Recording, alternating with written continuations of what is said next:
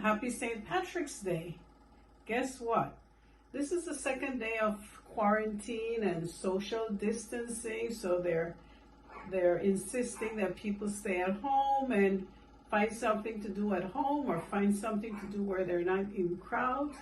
So guess what? Normally on St. Patrick's Day, people are out at the bars, but you can't do that this year. So find something fun to do at home.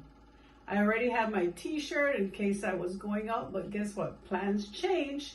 So I decided to wear my t-shirt today and cook corned beef and cabbage for you. So I hope you enjoy it. I made my own little twists with the meal. I'm deciding to add in some habaneros, and I'm also adding corn instead of just potatoes and carrots.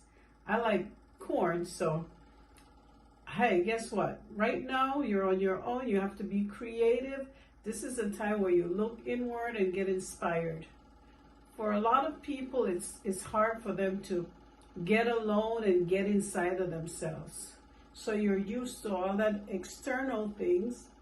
But for right now, maybe this is the lesson we need to learn. Maybe this is what we need to achieve. So guess what? Be creative in your house. Find something to do. Maybe you have...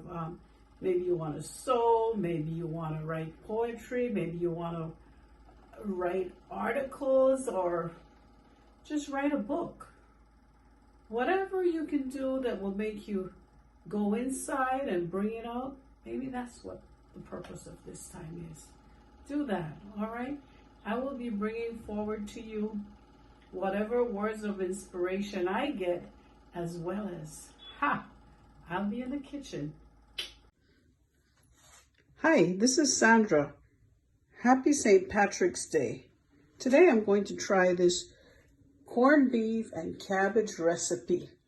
So this is the food that's usually cooked in the US. I know a lot of my friends that make corned beef and cabbage on St. Patrick's Day. So I'm going to try this out.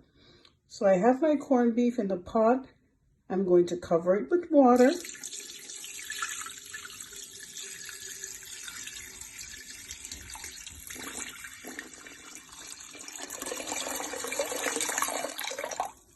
All right. So these are the spices that came in the packet. I'm going to add that to the pot. These are some of my spices that I like to use. I practically put this in everything. So I'm going to add that. And I'm also going to add bay leaves. And I'm going to put this to boil on the stove for about 2 hours. All right, so I'm back and I'm ready to continue this meal.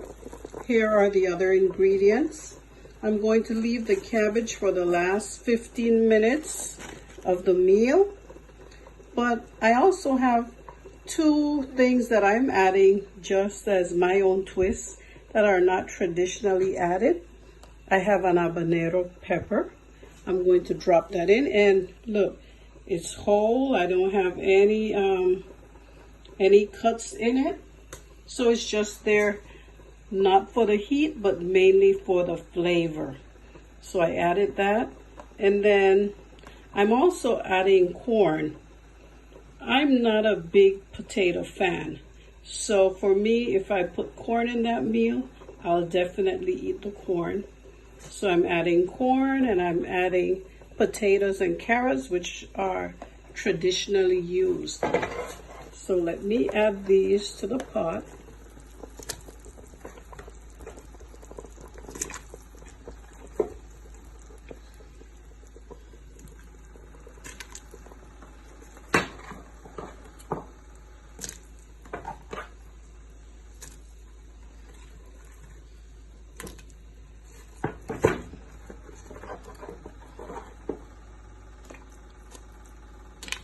It smells really good.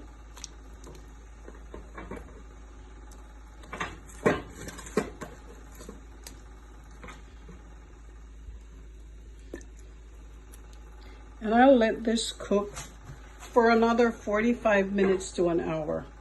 I'll just put it on low heat and let it simmer.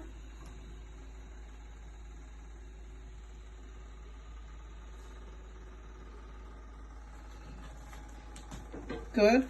And after I've had that cook for an hour, then I'm going to come back and I'm going to put my wedges, my cabbage wedges to the meal, and that will be it. Well, now we're at the last part of the meal. This is where I add in the cabbage.